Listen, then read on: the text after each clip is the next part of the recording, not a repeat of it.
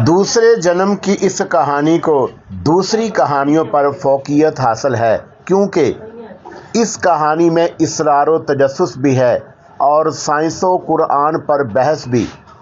ये उन लोगों के लिए ही मैंने ये लिखी है जो ये कहते हैं कि साइंस का दौर है। इस दौर में मज़हब का असर कम से कम होता चला जाएगा। ऐसा कहने वाले किसी हद तक गलत हैं। मैंने इसी नुक्ते को मरकज़ बनाया है। साइंस व इस्लाम पर ऐसी कोई कहानी शायद ही आपने पढ़ी या सुनी हो। इस कहानी में थ्रिल भी है और सस्पेंस भी, पुरअसरारियत भी है और साइंस भी। यानी एक कहानी में कई किस्म की कहानियां हैं। ये तजर्बा आपको कैसा लगा ज़रूर बताइएगा। वस्सलाम। परवेज़ बिलग्रामी। अस्सलामु अलैकुम दोस्तों, पेश खिदमत है दूसरा जन्म एपिसोड नंबर 37। ये काम तुम लोग कैसे करोगे? प्रोफेसर ने पूछा। बहुत आसानी से। उस 800 टन वज़नी खेप में एक एटमी हीट एक्सचेंजर भी है, जिसकी बैरूनी आहनी खोल के अंदर एक खौफनाक कुव्वत का डायनामाइट छुपा हुआ है। आम हालात में ये डायनामाइट बिल्कुल बेज़रर है। ईरान में इन आलात की तनसीब हो जाती तो डायनामाइट की मौजूदगी से प्लांट की कारकर्दगी पर कोई फ़र्क नहीं पड़ता। उस डायनामाइट को उड़ाने वाले बरकी सर्किट के लिए एक केटेड बीम की बैटरी लगी हुई है। बैटरी को तारों से मुंसलिक करने के लिए अंदरूनी हिस्से में एक लीवर है, जिसे दबाकर उठा देने से बैटरी से स्विच तक बरकी रॉड दौड़ जाएगी और वो काम करने की पोजीशन में आ जाएगी। वो हसास स्विच खला में मौजूद सियारे के सिग्नल से बाआसानी हरकत में आ जाएगा। हमें उस लीवर के बारे में अच्छी तरह ब्रीफिंग दी गई है। मेरा काम सिर्फ इतना होगा कि उस लीवर को दबाकर ऊपर उठा दूं। उसके बाद का काम तो उनका होगा। 1 मील के रकबे में जो भी चीज़ होगी तबाह हो जाएगी। प्रोफेसर कांप उठे कि आलात तो तबाह होंगे ही, तबाही की वुसअत का फ़ायदा उठाकर वतन अज़ीज़ के ख़िलाफ़ ज़बरदस्त प्रोपेगेंडा भी शुरू हो जाएगा कि ये एटमी धमाका है और गलती से हो गया है। अच्छा ये बताओ, कैथी कहाँ है? वो बराबर वाले कमरे में है। प्रोफेसर ने इमरान से कहा कि वो उसकी मुश्कें कस दे और ख़ुद बराबर वाले कमरे की तरफ बढ़ गए। उस कमरे में बिछे हुए पलंग पर कैथी सोई हुई थी। वो बिल्कुल आज़ाद थी और इत्मीनान से सो रही थी, जैसे ये उसका अपना घर हो। प्रोफेसर की आवाज़ देने पर वो हड़बड़ाकर उठ बैठी। सर, आप तुम्हें कोई तकलीफ़ तो नहीं हुई? प्रोफेसर ने जवाब देने की बजाय सवाल कर दिया। नहीं, तकलीफ़ कैसी? फिर संभल कर बोली।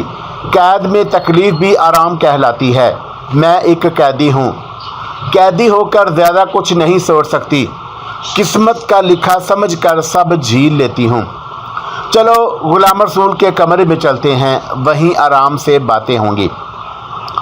वक्त कम है, यहाँ अच्छे खासे लोग हैं। मेरा अंदाज़ा है कि 7-8 बंदे हैं। सामने सिर्फ 2 आए थे, बाकी की मैं आवाज़ सुनती थी। तुम कहना क्या चाहती हो? यही कहना चाहती हूँ कि जितनी जल्दी मुमकिन हो यहाँ से निकल चलें। पहले गुलाम रसूल के पास तो चलो। जब वो लोग वहाँ पहुँचे तो कैदी बंधा पड़ा था, बाकी सब लोग मुस्तैद खड़े थे। कैथी को देखकर गुलाम रसूल ने कहा, अरे तुम अब तक कहाँ थी? मेरे क्या पंख थे जो मैं उड़ जाती? बराबर वाले कमरे में बंधी पड़ी थी। उन लोगों के साथ एक सफ़ेद चमड़ी वाला भी तो था। मैंने समझा कि उसने तुम्हें आज़ाद कर दिया होगा। गुलाम रसूल बोला। साफ पता चल रहा था कि वो कैथी पर तंज कर रहा है। ये लड़ने झगड़ने का वक्त नहीं है। चलो पहले बाहर निकलते हैं, फिर जितना जी में आए लड़ लेना, प्रोफेसर ने समझाया। इमरान ने आदल के साथ मिलकर कैदी को उठाया और बाहर निकलने वाली सीढ़ी पर चढ़ता चला गया। एक के बाद एक सीढ़ियां तय करके वो सब ऊपर आए।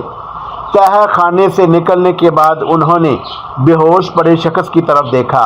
वो अपनी गाड़ी की तरफ बढ़ गए, कैदी को चावल की बोरी की तरह अंदर फेंका और सीटों पर बैठ गए।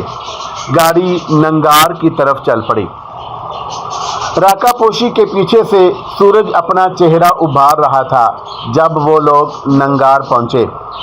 नंगार पहुंचते ही कैदी को हवेली के तह खाने में फेंका और दरवाज़ा बंद करके सब अपने अपने कमरों में आराम करने चले गए। दिन सोते जागते गुजर गया। शाम को एक एक करके सब अपने कमरे से बाहर लान में निकले। अनवर ने कुर्सियां डाल दी थी। वो सब इस बात पर बैठे बातें कर रहे थे। अगर अरबाज खान की बात सही है तो हम बुरी तरह बेवकूफ़ बने, गुलाम रसूल ने कहा। क्या? किसने बेवकूफ़ बनाया है? इमरान ने चाय का सिप लेकर पूछा। इब्तदा से तुम्हें बताता हूँ, बगौर सुनो। ये कहकर गुलाम रसूल ने चाय की प्याली को टेबल पर रखा, फिर मुंह का जायका बदलने के लिए सौंफ खा कर बोला, हम यहाँ आए थे एक खास मकसद से।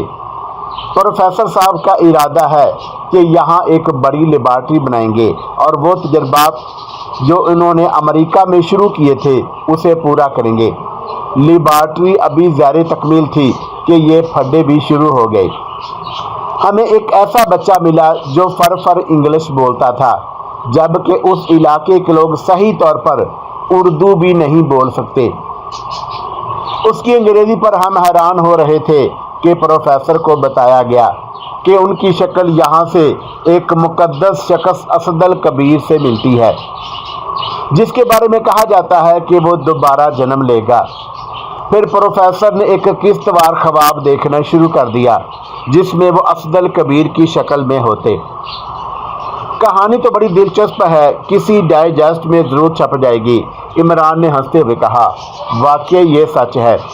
जिन दिनों प्रोफेसर साहब नंगार से बाहर थे, बिल्कुल वैसा ही किस्तवार ख्वाब मुझे भी नज़र आने लगा था। जानते हो उसकी वजह क्या थी? अरबाज ने बताया कि वो लोग हमें हिप्नोटाइज कर रहे थे, आहिस्ता आहिस्ता हमारे जहन पर कब्जा करते जा रहे थे। उन्हें हतमी कदम उठाने के लिए अपने आकाओं के हुक्म का इंतज़ार था, गुलाम रसूल बोला। हुक्म मिलते ही वो हमारे दिमाग को उलट देते, ऐसा ज़बरदस्त करंट देते कि हम पागल हो जाते या उनके हुक्म पर गुलाम बन जाते। तो अब क्या इरादा है? तुम भी उन्हें पागल करना चाहते हो? नहीं, हम उन्हें तलाश करके सबक सिखाना चाहते हैं। शेर इतना ख़तरनाक नहीं होता क्योंकि वो सीधे सीधे हमला करता है। दीमक ज़्यादा ख़तरनाक क्या है, वो अंदर ही अंदर काट चाट जाती है। ऐसे दुश्मन दीमक जैसे हैं। अपने प्यारे वतन की बका के लिए ऐसे दीमक का सद्देबाब ज़्यादा ज़रूरी है। उन्हें कहाँ ढूंढोगे जबकि अरबाज को भी पता नहीं है कि वो कहाँ मिलेंगे। पेशावर से कराची तक हम एक एक गली में उन्हें ढूंढेंगे। इंशाअल्लाह कामयाबी हमारा मुकद्दर ठहरेगी क्योंकि हम हक पर हैं। ये ममलकत खुदादाद बेवाली वारस नहीं है, उसके वारस मौजूद हैं और वो हैं सूफिया कराम, सहाबा अजमाइन, रसूल, आलो रसूल और उन सब की हमें मदद हासिल है। इसलिए मुझे पुख्ता यकीन है कि दुश्मनाने पाकिस्तान को हम कैफरे करदार तक पहुंचा कर रहेंगे। तो फिर देर कैसी, तैयारी शुरू कर देनी चाहिए, कैथी ने कहा। प्रोफेसर उस्मान की पजारो दौड़ रही थी, उसका रुख अस्करदू की तरफ था। उनके साथ गुलाम रसूल, कैथी और इमरान थे। उन्होंने ठान लिया था कि वतन दुश्मनों को पाताल से भी खींच लाएंगे।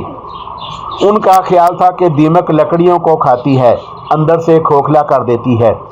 ये गैर मुल्की दुश्मन भी दीमक की तरह हैं, वतन अजीज को खोखला करने आए हैं। उन्हें ख़त्म करना ज़रूरी है। लेबॉर्ट्री सलामत है, तजर्बा होता रहेगा। खुलिए पर नई थ्योरी कभी भी पेश की जा सकती है।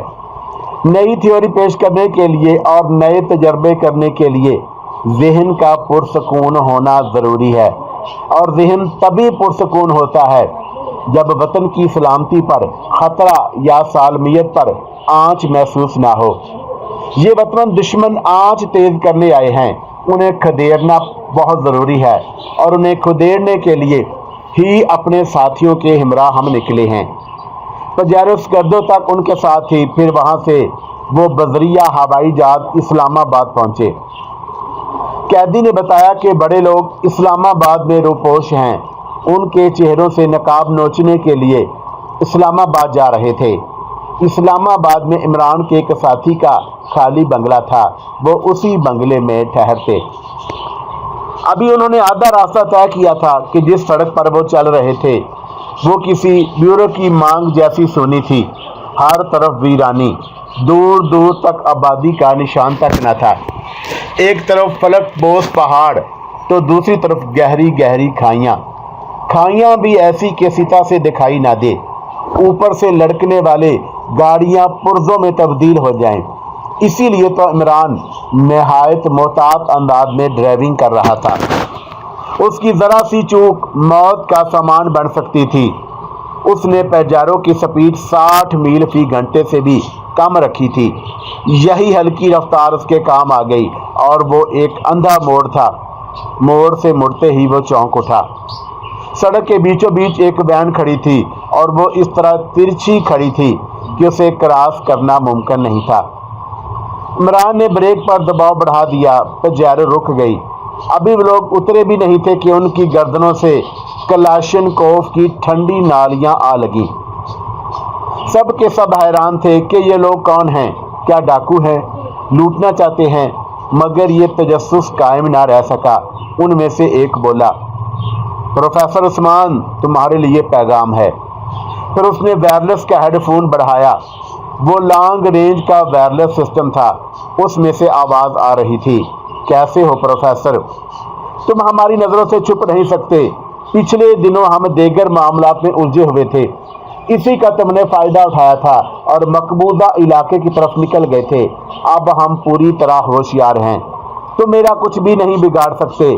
मैं खुद तुम लोगों को सदा देने आ रहा हूँ। बिल्ली सिर्फ ख्वाब देख सकती है, हर वक्त उसे छीछड़े नहीं मिलते। खुश हो लो क्योंकि कुछ देर बाद तुम सब हमारी कैद में होगे। अभी वो लोग बातों में ही मशगूल थे कि इमरान और गुलाम रसूल ने हाथ दिखा दिया। दोनों ने एक साथ झटके से दरवाज़ा खोल दिया था। कलाशनकोव ब्रदर दरवाज़ों से टकरा कर लड़खड़ा गए और उन्हीं के लिए इतनी ही मोहलत काफ़ी थी। दोनों ने बरक रफ्तारी दिखाई और अब कलाशनकोव उनके हाथों में थे। लो भाई, तुम्हारे गुर्गे हमें गिरफ्तार करेंगे। खुद गिरफ्तार हो गए। प्रोफेसर उस्मान ने चहकती हुई आवाज़ में कहा, आगे तो बढ़ो, फिर देखना तुम्हारी किस तरह पजीराई होती है। उसके साथ ही राब्ता मुंतके हो गया। अब क्या किया जाए, कैथी ने तफक्कर भरे लहजे में पूछा। इस वैन को देखो, बल्कि इसे धक्का देकर खाई में लड़का दो, प्रोफेसर ने कहा। गुलाम रसूल और इमरान ने जाकर उसका मुआयना किया। वो उल्टे रुख पर खड़ी थी। इमरान ने स्टीयरिंग पर बैठकर उसे स्टार्ट किया और स्टीयरिंग मोड़ कर नीचे कूद गया। वैन गियर फ्री हो गई थी। आहिस्ता आहिस्ता रेंगती हुई खाई में जा गिरी। खसे कम जहां पाक, चलो अंदर बैठो, प्रोफेसर ने कहा। इन कैदियों का क्या करना है, इमरान ने पूछा। सांप को जिंदा छोड़ना अक्लमंदी नहीं, गुलाम रसूल बोला। इमरान ने ब्रश चलाया और इत्मीनान से गाड़ी में आकर बैठ गया जैसे कुछ हुआ ही नहीं, और फिर उसने गाड़ी स्टार्ट की और आगे की तरफ बढ़ता चला गया। उसने रफ्तार ज़्यादा तेज़ नहीं रखी थी, फिर भी जितनी रफ्तार से गाड़ी आगे भाग रही थी उतनी ही तेज़ी से उनका सबका जहन भी दौड़ रहा था। सब अपनी अपनी सोच में गुम थे। हर एक की अपनी सोच थी, मगर ख्याल सबका एक ही था। एक ही नुक्ते को वह सब अपनी अपनी सोच में परो रहे थे। ख्यालों के घोड़े दौड़ा रहे थे। दौड़ते घोड़े और उड़ते ख्यालों को यकायक रोका नहीं जा सकता, मगर उनके ख्यालात यकायक बिखर गए थे। पहाड़ी सड़क पर कुछ ऐसे मोड़ होते हैं जिन्हें अंधा मोड़ कहते हैं। उस बल खाती सड़क पर भी जगह जगह अंधे मोड़ थे। ऐसे मोड़ के आगे से आने वाली गाड़ी नजर न आए और न उधर से जाने वाली गाड़ी को उधर की सड़क नजर आए। पहाड़ी की ओर पर वो बनी होती है, इसलिए उन सड़कों पर मोहतात ड्राइविंग की ज़रूरत होती है। इमरान भी बड़े एहतियात से काम ले रहा था। उसने अपनी स्पीड भी कम कर ली थी, इसीलिए एक अंधे मोड़ पर मुड़ते ही ایک دھماکہ ہوا تھا۔ دھماکے نے سب کو چونکا دیا۔ تجاروں لہرانے لگی تھی۔ عمران نے پھرتی سے گاڑی روک لی اور ایک کے بعد ایک سب نیچے اتر آئے تھے۔ پچھلا ٹائر پھٹ چکا تھا۔ لگتا ہے کوئی نوکیلا پتھر آ گیا تھا، عمران نے خیال ظاہر کیا۔ نہیں، پروفیسر نے ٹائر کا جائزہ لیتے ہوئے کہا، دشمن یہیں کہیں گھات میں ہے۔ جی آپ کیسے کہہ سکتے ہیں؟ عمران نے پوچھا۔ صاحب سیدھی بات ہے، غور سے دیکھو، سوراخ والی جگہ پر جلنے کا نشان ہے۔ پتھر سوراخ کرتا ہے، جلاتا نہیں ہے۔ پروفیسر کے کہنے پر سب ہوشیار ہو گئے۔ اس کا مطلب ہے کہ کچھ لوگ ان پہاڑوں میں موجود ہیں، کیتھی نے کہا اور اپنا ننھا سا پستول نکال کر ہاتھ میں لے لیا۔ عمران شکاریوں کی طرح چاقو چبند ہو کر نپے تلے قدم اٹھاتا ہوا آگے بڑھنے لگا۔ ایک پہاڑی چٹان کے عقب میں اسے کسی قدر نرم زمین نظر آئی۔ اس زمین پر ٹائروں کے نشانات دیکھ کر وہ مزید ہوشیار ہو گیا۔ گاڑی یہاں تک پہنچی کیسے، یہ سوچتے ہوئے وہ ادھر ادھر دیکھنے لگا۔ پھر تھوڑے فاصلے پر اسے دو چٹانوں کے درمیان وہ درہ نظر آ گیا جہاں سے گاڑی یہاں تک آ سکتی تھی۔ باقی لوگ سڑک پر تھے اور اس نے انہیں بلانے کی ضرورت نہ سمجھی اور اکیلا ہی آگے بڑھنے لگا۔ آگے جا کر وہ ڈھلان میں اتر گیا۔ بڑی عجیب جگہ تھی۔ پھر اچانک ہی اس نے ایک شاندار گاڑی کو دیکھا۔ غالباً پرانی قسم کی لینڈ کروزر تھی، مگر چمچما رہی تھی جیسے بالکل نئی ہو۔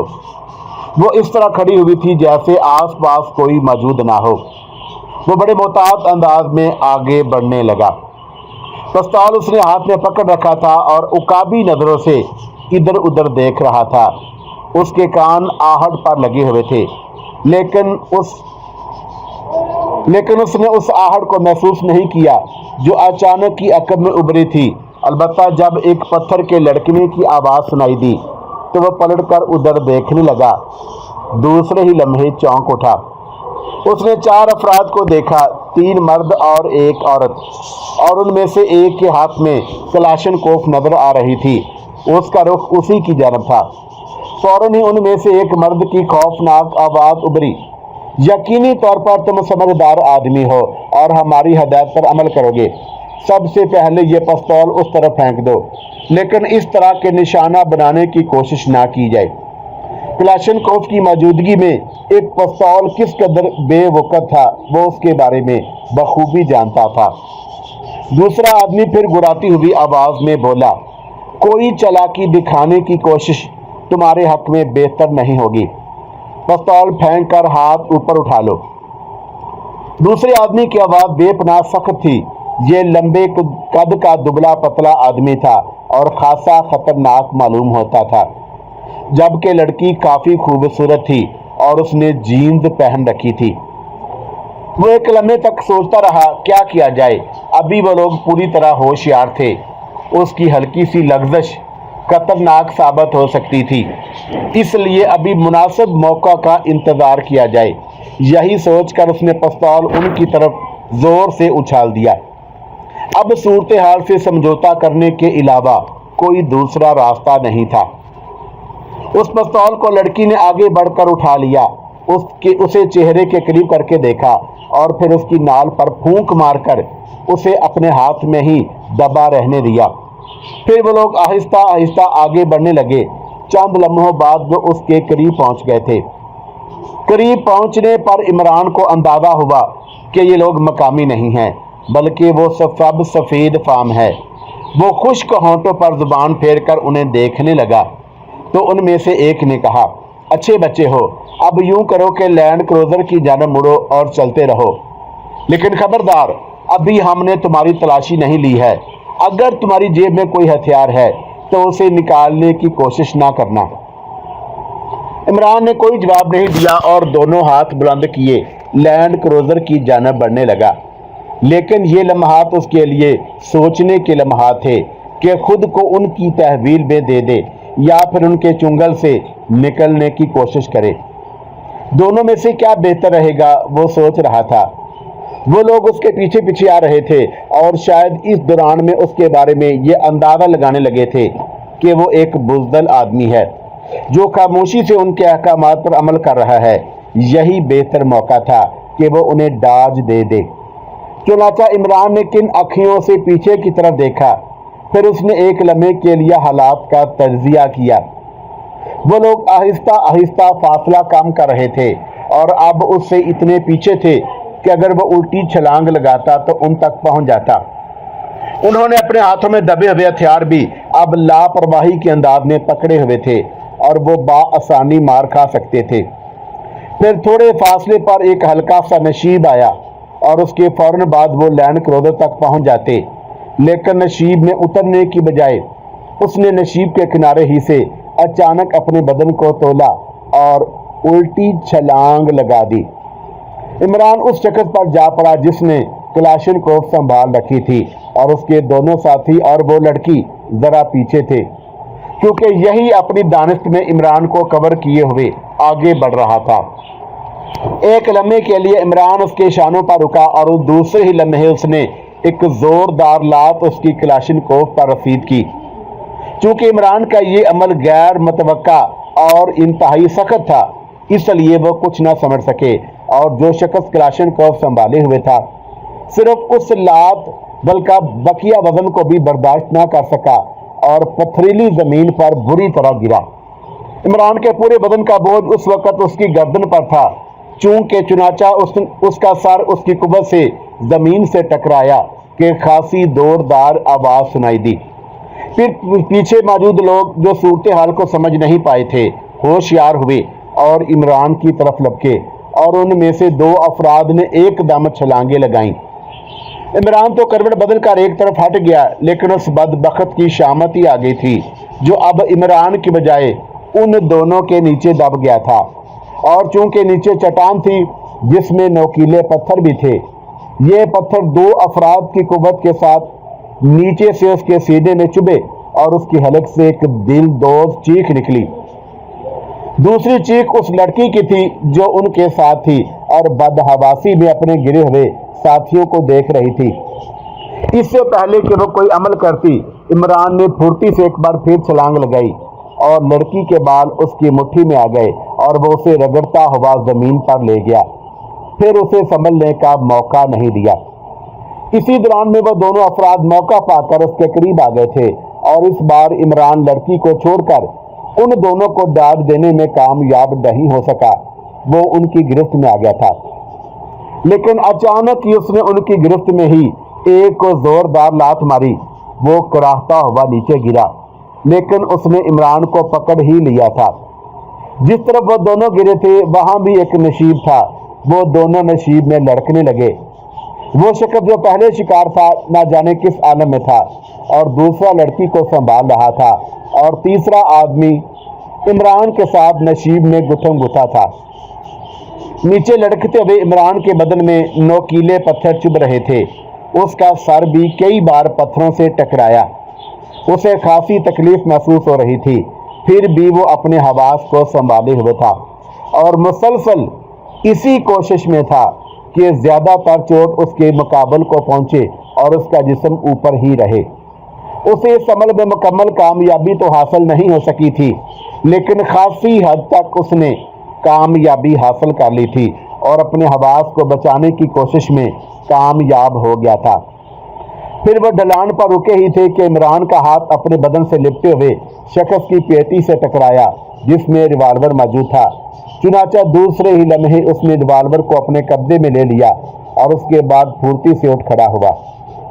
ڈھلان پر اوپر سے وہ لوگ نظر آ رہے تھے، غالباً وہ فیصلہ نہیں کر پائے تھے کہ انہیں کیا کرنا چاہیے، بس ہکا بکا کھڑے انہیں دیکھ رہے تھے کہ عمران نے بغیر ایک لمحہ ضائع کیے فائر کر دیا۔ لڑکی کے داہنی جانب کھڑا شخص تیورا کر گرا، لڑکی زور زور سے چیخنے لگی۔ فائر اور پھر لڑکی کی چیخ، شاید یہی آوازیں پروفیسر اور غلام رسول کو ادھر کھینچ لائی تھی۔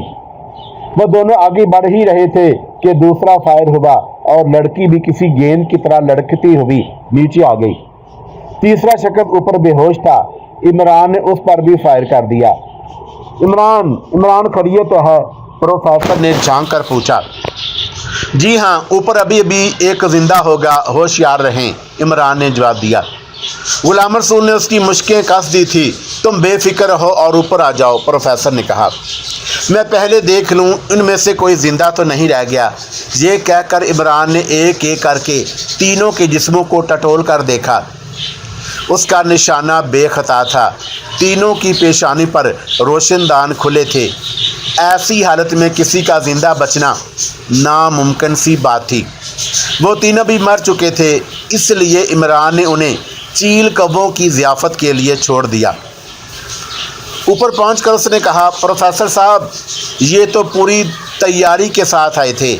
لگتا ہے کہ ان کا نیٹ ورک بہت مضبوط ہے، مگر فکر نہ کرو، جس کا حامی ہو خدا، اس کو مٹا سکتا ہے کون؟ یہ بھی اچھا ہی ہوا کہ ہمیں ایک کلیو مل گیا۔ بے ہوش شخص سے ہم بآسانی معلوم کر لیں گے کہ اس کا نیٹ ورک کہاں تک پھیلا ہوا ہے۔ ہاں، یہ سب گورے ہیں، یعنی کہ اوپر کے لوگ ہوں گے، یا پھر یہی لوگ سربراہ ہوں گے۔ عمران نے بے ہوش شخص کو اپنی پیٹھ پر لاد لیا اور واپس سڑک کی طرف بڑھنے لگا۔